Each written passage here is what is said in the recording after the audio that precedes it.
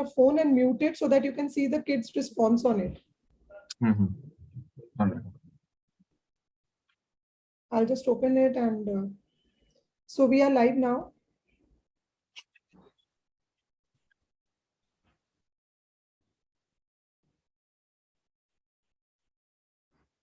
Yeah, so you just click on the icon that you can see with your picture in it.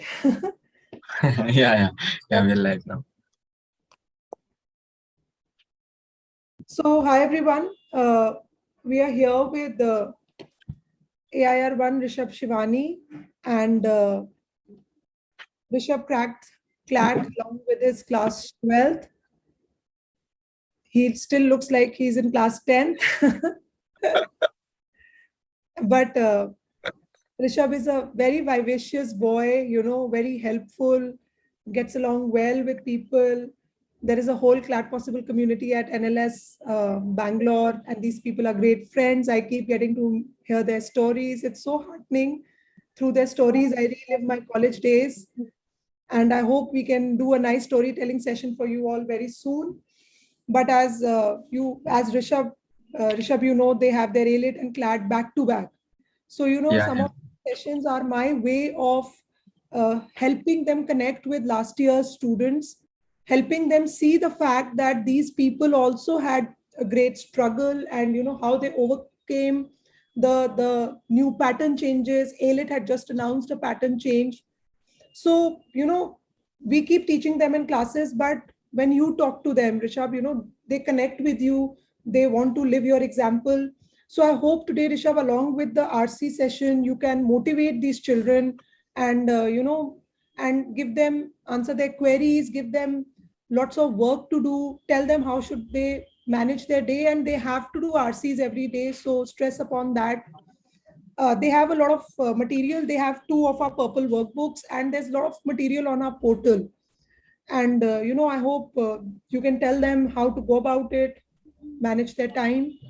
And students, I hope you have, you know, relevant questions for Rishabh. So after the session or, you know, I leave you two together. He, he is, you know, well adept at handling your doubts and also conducting this session. Just for your information, some of your mocks are getting made by all these students only. So you can see, you know, the level, the level and the depth that these students have reached just in their preparation. So I'm sure they'll be able to give you good insights, handle typical questions. Like Akshat had taken a lovely session with you all. Rishabh today will also be doing the same. So over to Rishabh, and I'll be also watching this session with you. And I hope you have a great time here and you learn a lot today. Thank you, Rishabh, for your time. So by the way, Rishabh is extremely busy. All first years in NLS are so busy, they're barely alive. So please make the most of this session. It has taken us a lot of convincing him to come today. He was ready to come later, but I said, no, December is just around the corner. Okay, over to Rishabh now. Yeah. All right. So, hello everyone, and I guess I don't need to, further introduce myself, but yeah. So, so this session will primarily be a reading comprehension session where we'll just read an editorial from today's Indian Express newspaper, and we'll analyze it, and we'll see how, how do you identify, how do you interpret what the author is trying to say, right? So, though the editorial is obviously a bit longer than what we get in the actual CLAT paper, but we'll still, try to, because we need to learn right now. We'll see how we can go about it, right? So I'll just share my screen.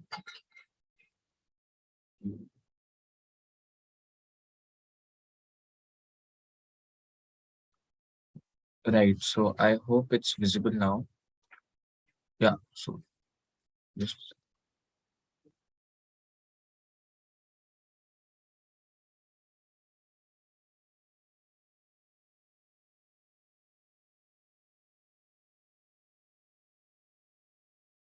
all right. So this editorial is from today's Indian Express newspaper, the new growth normal. So first things first, when you're reading a newspaper editorial, just do not, see this and the context. because if you're trying to really improve your reading comprehension skills, it makes sense that you do not get any context, because you won't get such things in CLAT, right?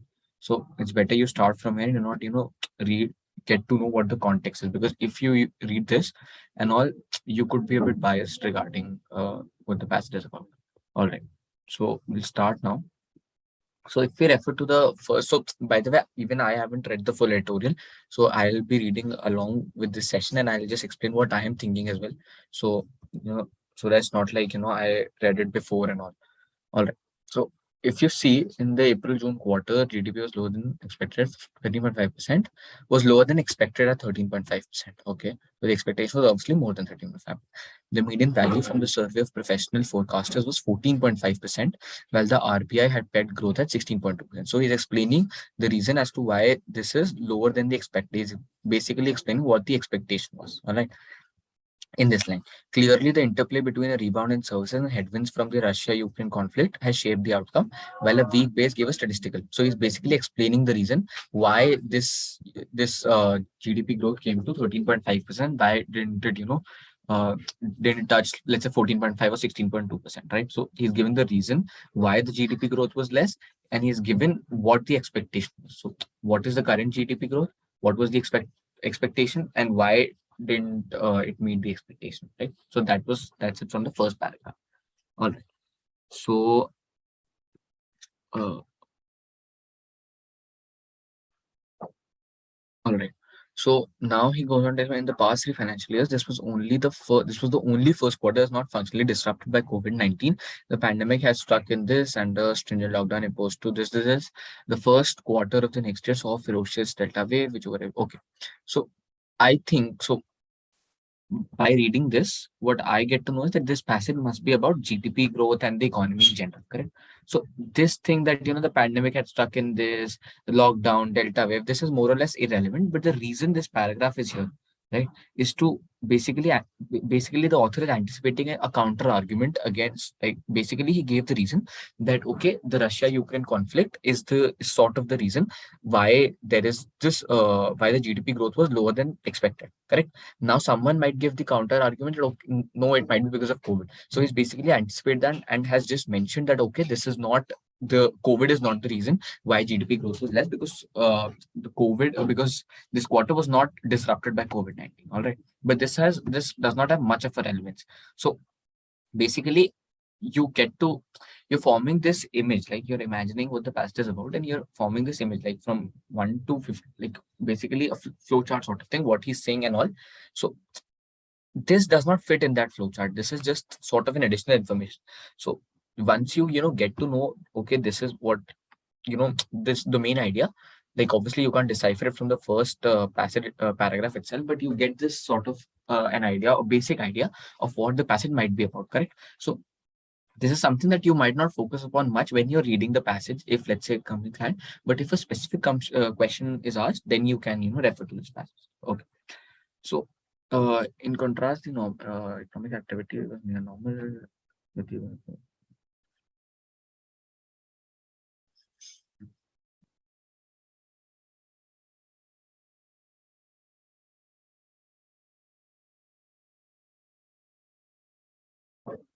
Yeah. So see, exactly. So he's basically given that, okay, COVID was not a reason, because he's basically contrasted. No, COVID did not functionally disrupt, COVID did not affect this quarter. Rather, economic activity was normal and all, vaccinations and all. So basically, again, the reason that, okay, everything was normal, the in continuation to that, sort of anticipation to a counter argument. So again, that is not, this might not be of much relevance.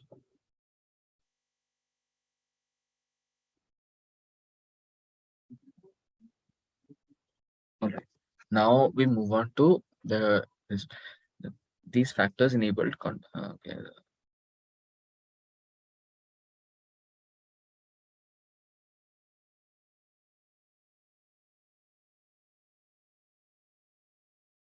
Hmm. Okay. So again, he's explaining the reasons for the growth and all that. Okay, this time growth was not about this, but there was sequential growth. Like even though there was this Russia-Ukraine conflict, that we still had growth. We still, the GDP still, experienced some increase, but at the same time, it did not, it still trails pre-pandemic levels. Okay, so that is what has been mentioned as of now. So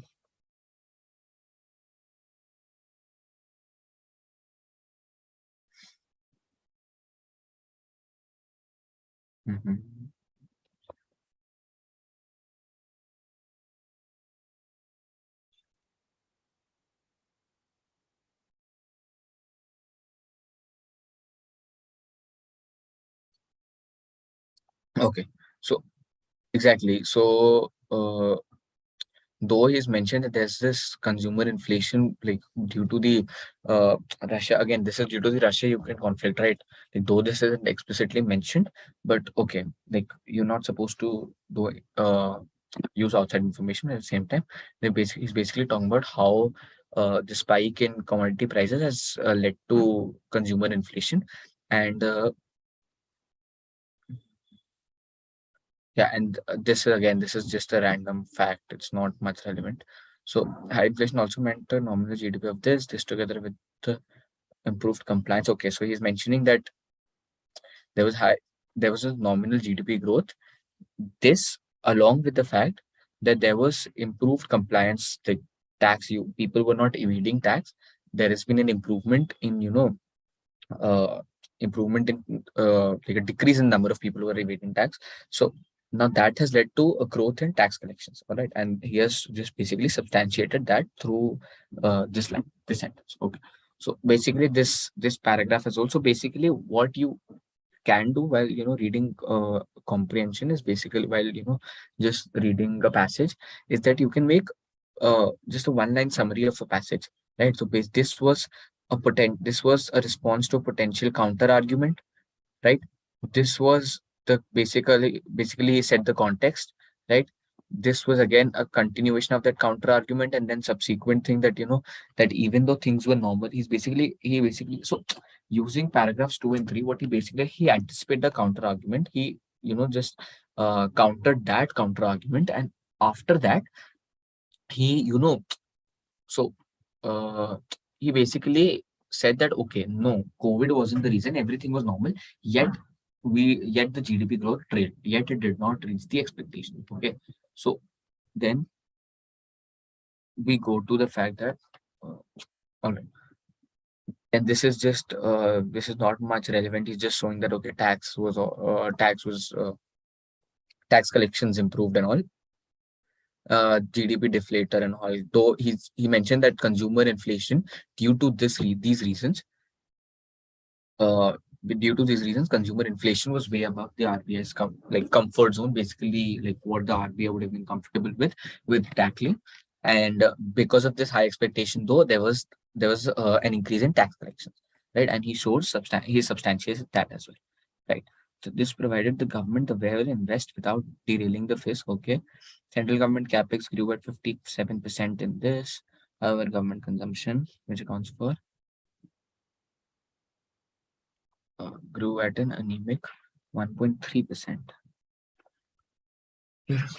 But the fact that the government holds significant reflects its ability to ramp up. Okay, so it's basically showing that what the effect of this tax collection was is basically showing that okay, tax collection gave government the ability to invest, right? And without derailing the fisc, basically I think it means fiscal deficit. Like you can invest in schemes and all in infrastructure and all, right?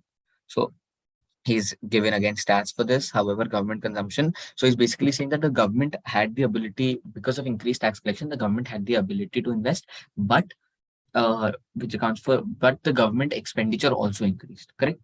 So an anemic 1.3%, again, he's just emphasizing using an adjective here. Anemic 1.3% during the April-June quarter were a very weak period. Okay. But the fact that government holds significant cash balances with the RBI reflects its ability to ramp up consumption expenditure. Okay. Yeah. So again, so he's basically showing that the government has certain, has the ability to invest in the public, right? So now, so basically, again, refer to the usage of but here, right? So basically, any reader who's reading like from here, he would expect that okay, government ke paas to paisa hai, so government is in a position to invest, right, to increase the consumption expenditure, increase in expenditure in, let's say, schemes or infrastructure to ramp up its reflex of real consumer. Yeah, so it's basically, so this must be a natural, a logical extension that okay, but at the same time, this usage, like, but rising inflation has led to an abrupt shift in the stance of this, which delivered a surprise rate hike with two more. Yeah. So it's basically saying that rising inflation, like we discussed, that inflation was out of the RBI's comfort zone, though that had a positive effect that the government got more money, but at the same time, because it was out of the RBI's comfort zone, the RBI had to act to, counter the effect of that high inflation, right? To basically neutralize the effect. So there, what remedial measure they took for that, that is what is being mentioned here, right? So, but rising inflation has led to an abrupt shift.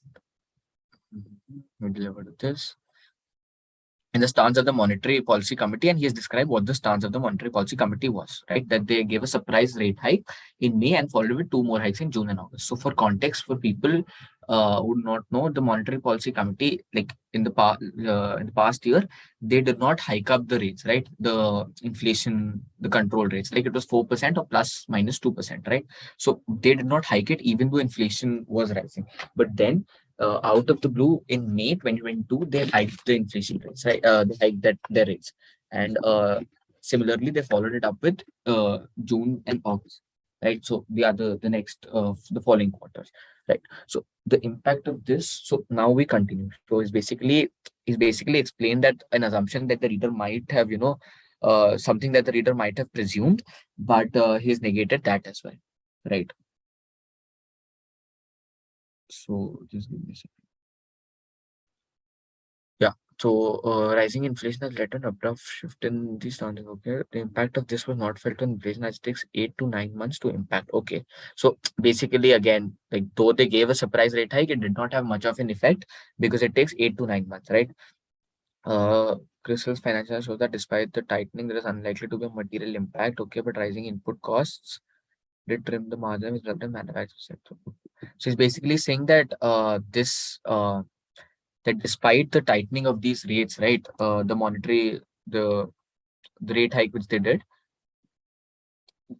that won't have much of an effect. However, despite this measure not having much of an effect, it does not mean that you won't tackle inflation altogether, right? They're just saying that this measure might not have much of an impact. There might be another measure, however, which the RBI has not acted upon yet, which can help to just curb the rising input cost, which is because of inflation, which was discussed in this paragraph as well.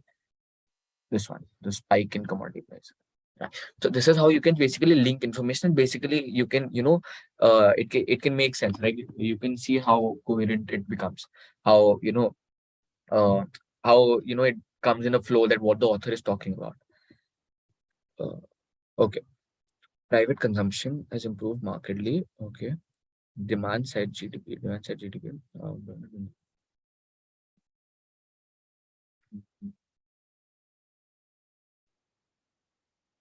Yeah. So again, he's showing the effect of high inflation, right? He's showing that though private consumption has increased, yet the overall consumer confidence is in the pessimistic because there is this high inflation, right? So the prices of commodities, particularly crude oil, has increased, right?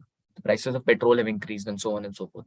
So that has, sort of reduced the overall consumer confidence, though it was, though it grew by 26% in the first quarter, right? So that is what, again, he's showing that okay, you need to curb inflation. Again, another reason to say. Okay, so a deeper look at the data reveals.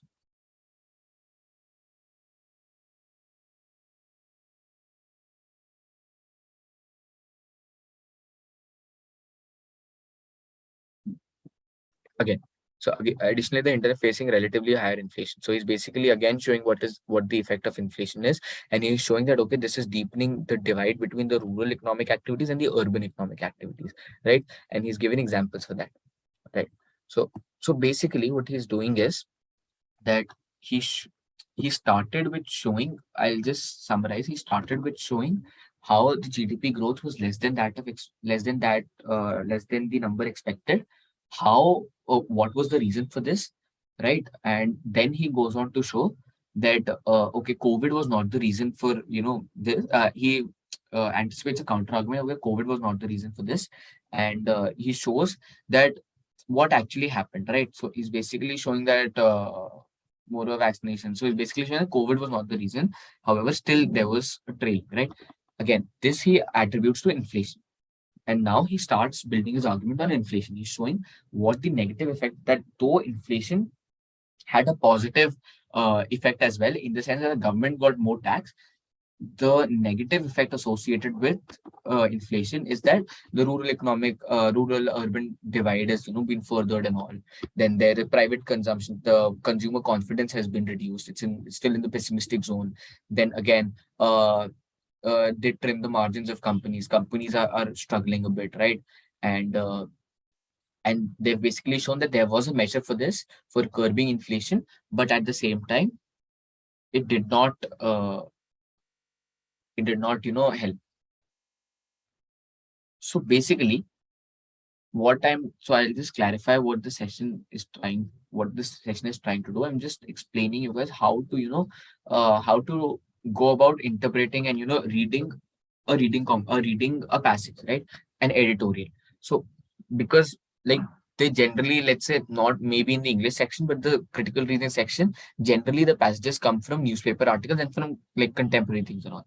So basically, what I'm trying to say is that uh, we just have to see how we can comprehend a passage. So the first thing which I talked about was that okay, what you can do is you can see what you may consider as irrelevant, and you can maybe skim through that in order to save time. If you have time, however, you can read it, but not in much depth. So for example, that's the one thing. Second thing is you can make a one-line summary in your head regarding every paragraph talked about. Correct? That's the another thing which you can do while reading a passage.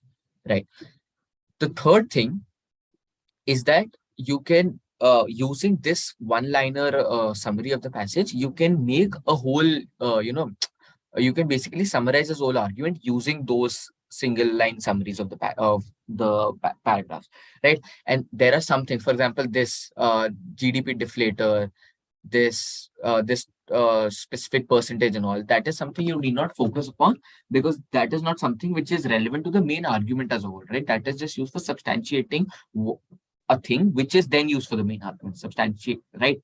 So this is not much relevant, so you can just skim through this, right? So that is another thing which you guys can do while you are reading a passage, right?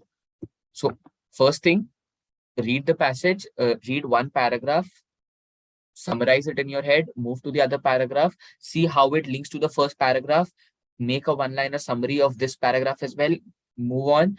Anything which might not be relevant to what your conception of the main argument as you're reading through the passage, you may skim it. It's not like you can just choose not to read it, but that's you can just skim it to save time, right? Anything which is too specific, too technical, like which includes too much jargon, like this, for example, this thing, central government capex grew at this, right? That is just basically showing how the government benefited from tax, right? You need not just know what this capex is, what is the percentage and all. So that is another thing that you guys can keep in mind while interpreting the passage, right? So I'll just go on. Now we were, I guess, here, right? So again, so he basically showed how basically we don't focus much on facts. I mean, you do have to focus on facts, but at the same time, there is a degree of relevance of facts. Correct? For example, this fact, why has he used the fact is more important than the fact than that he's actually used the fact.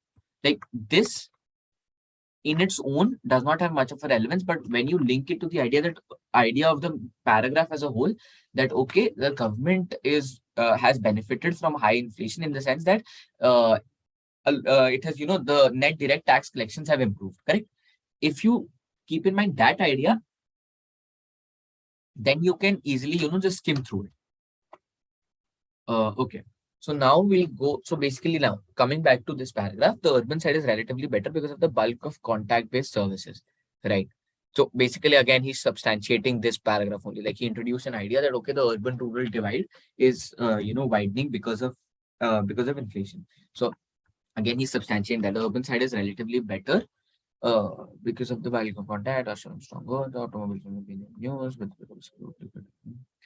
the mid to high are doing well relative to entry level cars in this. Okay, so again, see, this does not have a relevance. Pickup is skewed and reflects the K-shaped recovery in incomes. Okay, so again, this is a technical term. K-shaped recovery, if you guys don't know, is basically when some sectors are experiencing growth and some sectors aren't.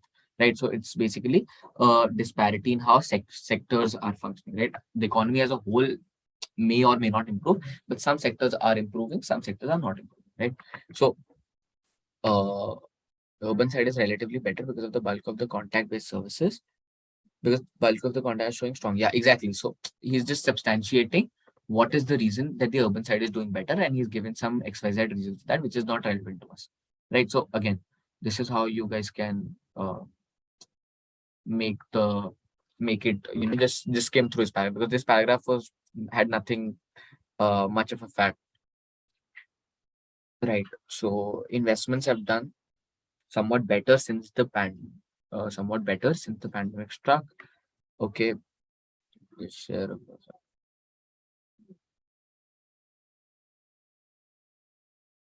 okay, again, this somewhat better have done somewhat better. Again, he's just explaining what the effects of that are.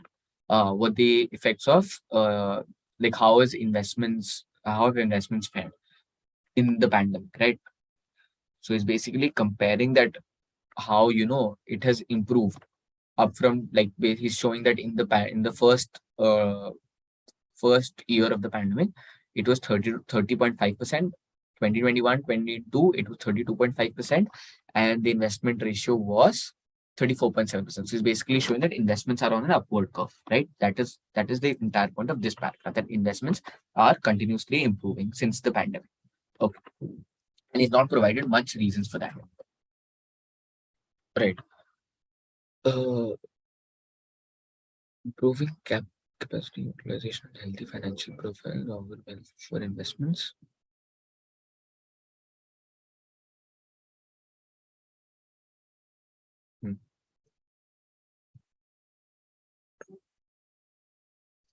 See, recovery trends between this again substantiates the K economy thing that he was talking about, the K-shaped recovery in income, right?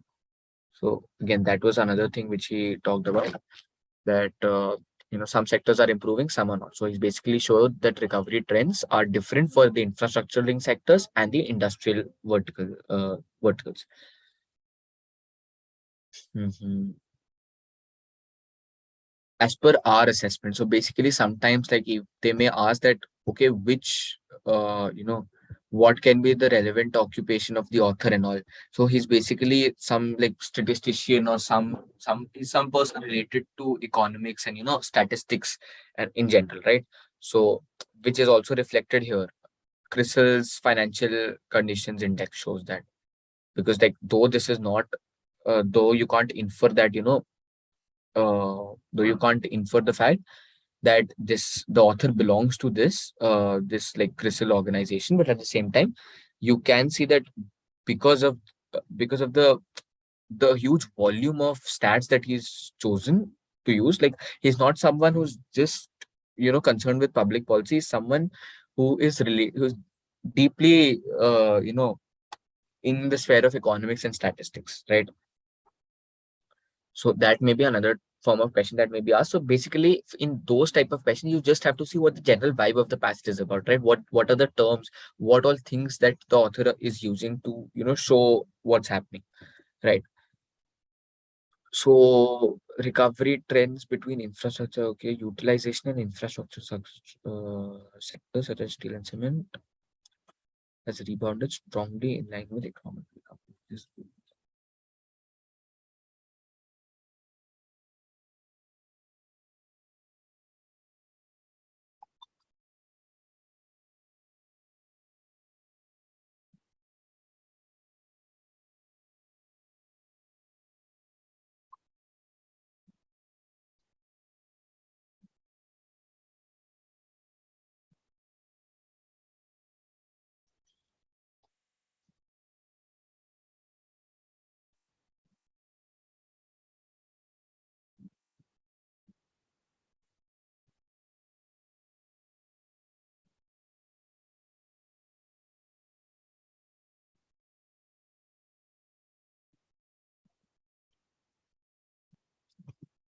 Right. So let's just come back. Sorry for that.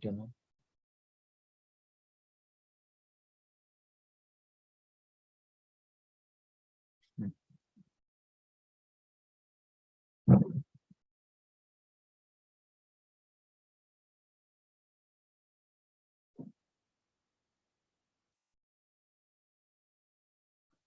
Okay. So now, he's basically talked about recovery trends and all about how. Again, this is too technical and too economic passages, right? It's not much of the general passages that you might get in CLAT, right? So at the same time, since the one thing you can expect from CLAT is the fact that there will be something unexpected. There might be some sort of passages which may be asked, right? So we need to do these passages as well, and we'll try to interpret them as much possible because they do use a lot of technical terms, but still, it's fine. So, coming to the next paragraph, in steel and cement, Crystal Research estimates capacity utilization at this respectively enough to trigger investments, but that's not the case for 2 level. Okay. Okay. Mhm. As economic uncertainty holds back the unleashing of the private sector's animal spirits, the burden of driving investment continues to fall on the government shoulders. So again, he's basically talked about that capacity utilization rates are so high that they are enough to trigger investments in these the steel and cement sectors. However, that does not hold true for uh, the sectors of the two-wheelers and entry-level cars, right? So yeah. So as economic uncertainty holds back the unleashing of the private sector's animal spirits, the burden of driving investments continues to fall on the government shoulders. Okay. Next to fall. Shoulders. Okay. Yeah, so he's basically talking about how in the two-wheelers and entry-level car sectors there is economic uncertainty, which is why the government has to step up. So states will have to ramp up investments in line in the first quarter. Again, it's not much relevant. The recent fall in crude oil and commodity prices, okay, was well for the economy. Okay, so it's basically showing that okay, like though there was inflation, there is a recent fall. But if this can be sustained, it will fare well for the economy. Okay, so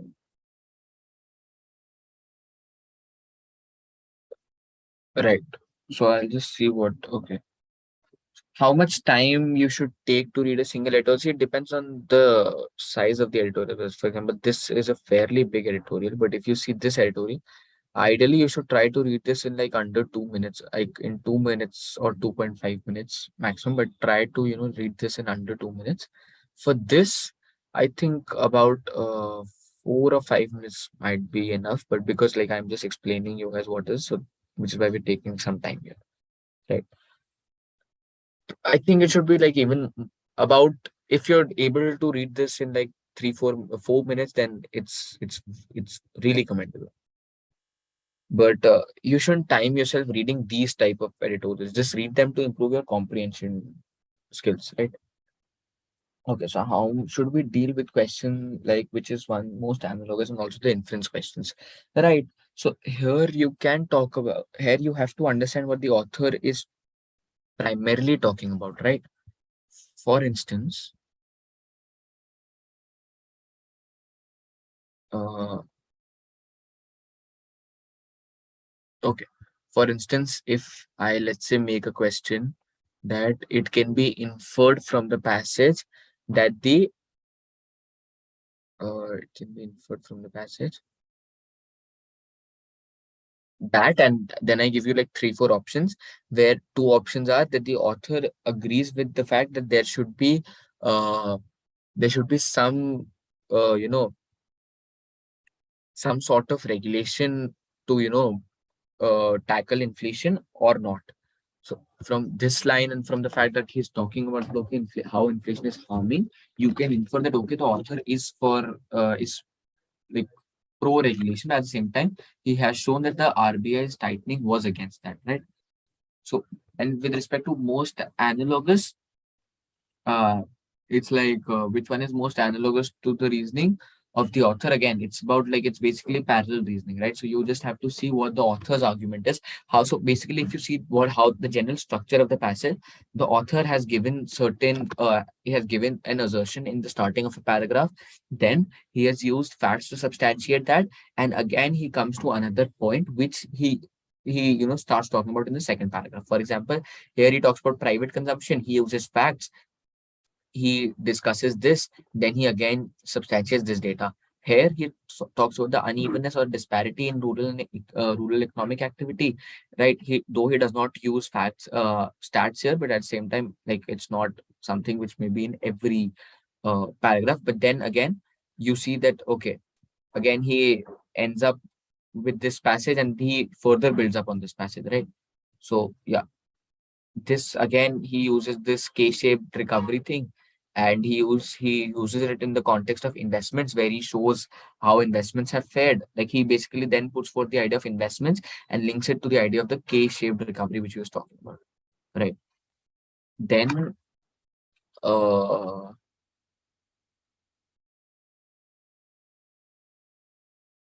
hmm. So this now, the recent fall, if sustained August, well for the e-commerce slowing will trim exports. Okay. So this is just the author speculating what can happen. Like he's just predicting what will happen. So global growth faces multiple this. Exports are already facing the brunt of this. This will spill over to the next year. That deprecating review may not. So yeah. So basically, like as I mentioned, how to find the tone of the passage.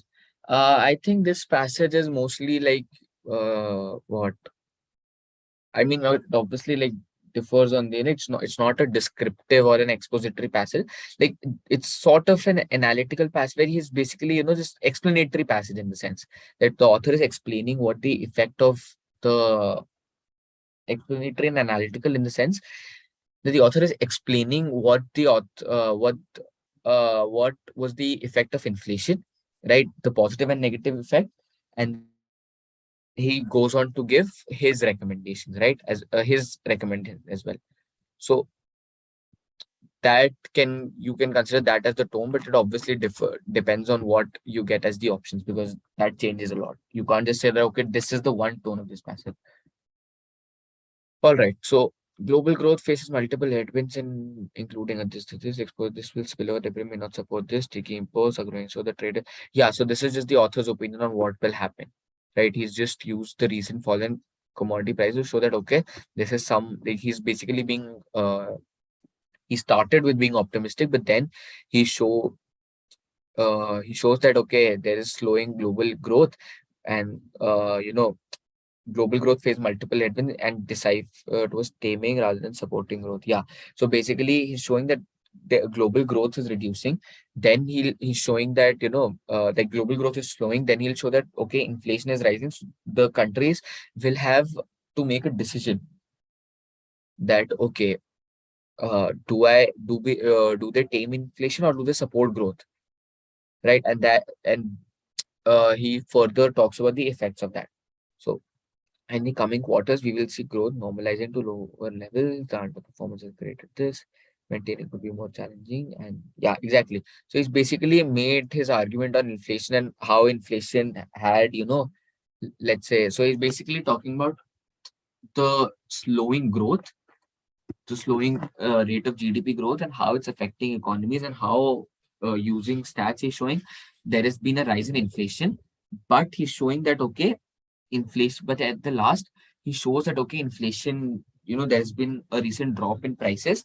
So but then again, because global growth is slowing and inflation is on the rise as well, despite this recent growth in the prices of two commodities, they will have the choice that okay, do you support growth because of the low rate or do you tame inflation considering its negative effects which was shown here.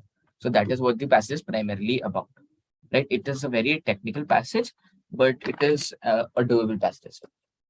So I'll just check what doubts you guys have. Okay.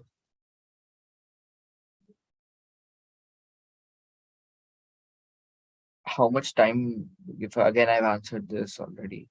From which newspaper should we read editorials? Then you can read from both, to be honest. Editorials are like a reading exercise. Uh, they're not particularly for current affairs purposes. So yeah, should I read all the editorials? I mean, you can, but it may not just help much. But yeah, for a reading exercise, like if you don't read much except for just attempting mocks and all, then you can do that. Okay. And then you can further, after using these editorials can basically be used to improve your comprehension skills and to, like to improve your comprehension skills and to improve your speed.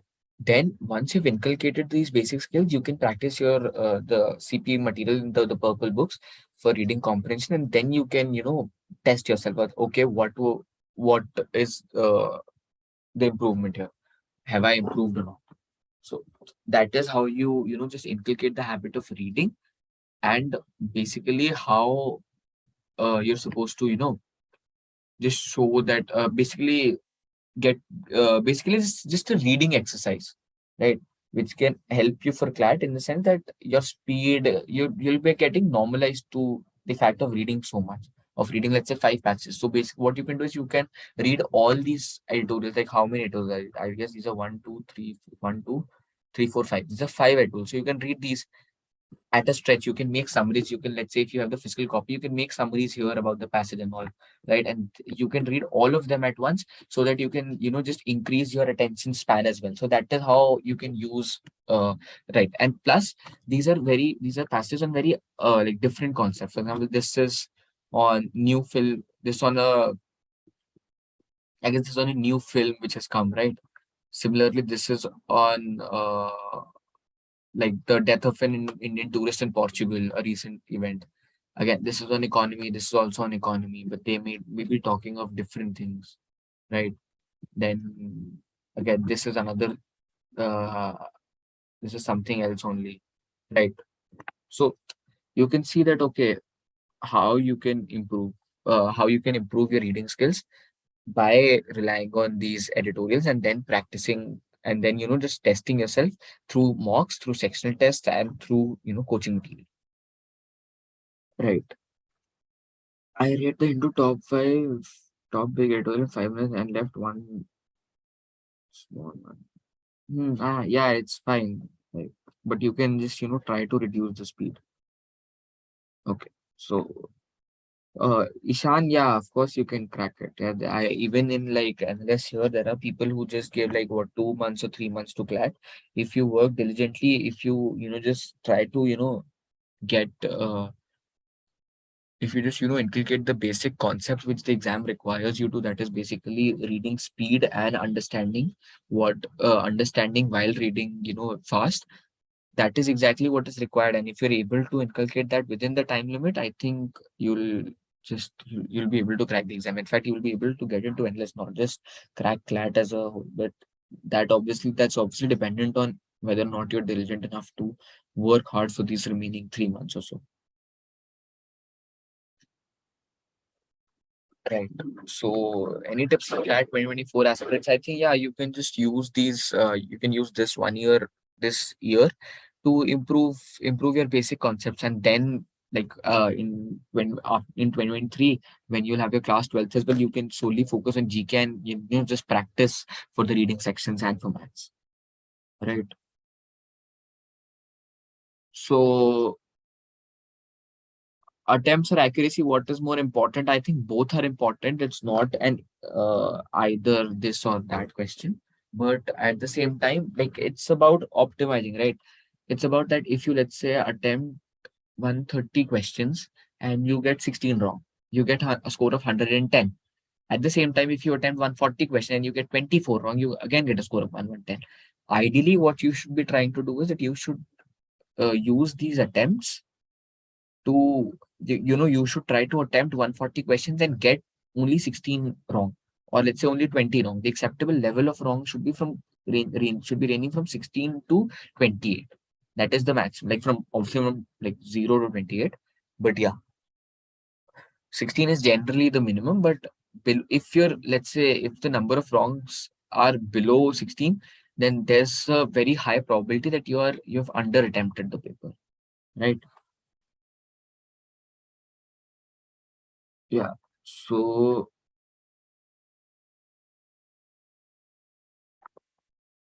any website you used to read any brand? No, I guess the newspapers are enough. If you read them, they consider, like, even if you see the Hindu on there on Sunday, I think there's this whole section on science and tech. There they have articles, and even there's this one person, I think his name is some Subramaniam sir or something. He he posts some certain passages on science and tech in the Hindu, right? So you can read them. So I think this largely covers this section, but yeah. So just just one general advice, that please do not stop reading the newspaper until the very last. Like even in, let's say, December, try to read the editorials at least. If you're not reading, let's say, the articles for GK, try to read the editorial at least, so that you are, in the momentum of reading is not lost, right? You're consistently reading, let's say, 10 editorials, or let's say even 5 editorials a day, then that is more than enough, because you won't lose that momentum, right? And that momentum is very much required for CLAT. Right. So in CLAT window, how much time it take you to read one? Approximately 4 hours. It takes approximately, like, so there are two approaches to it. Either you read the passage in like 2 minutes and then take some time to answer the questions, or what you can do is, so there's this one thing, like the slowest to read, fastest to answer. I think that is what the best thing.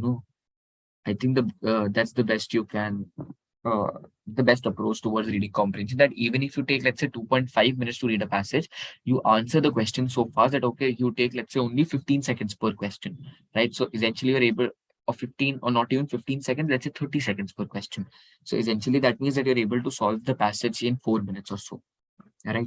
So just, I think that approach is the most viable one uh, for approaching, for just tackling a reading comprehension basically. Uh, yeah, so I think this largely covers everything. I How much could we should score in RC? I mean, ideally RC is supposed to be one where you score around 25, right? Because if you're able to comprehend the passage, the only places where you can get a question wrong is maybe in the tones or in the vocabulary part, right?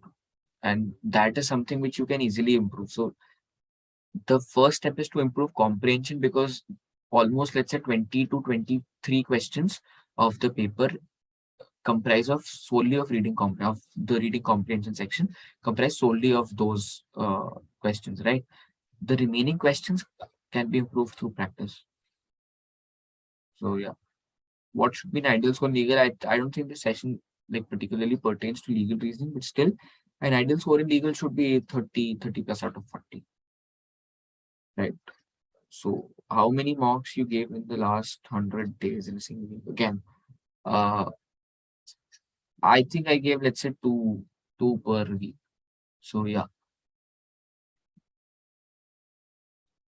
this is a good question. What was your approach? Like to first read the passage? Yeah. So we should, like, this is a very let's say, I'm genuinely like asserting this, that please do not read the questions first, because if you read the questions first, you get biased while reading the passage, because you'll be able all your work would be to just search where the option is, but that does not work in cases where they're just asking you for a main idea of the passage, or a general inference from the passage, right? So that is something which should be, that please read the passage first and then answer the questions, right? So yeah, all right. So I think this is a good note to end on, and I hope this session was fruitful, and thank you so much for joining. Right.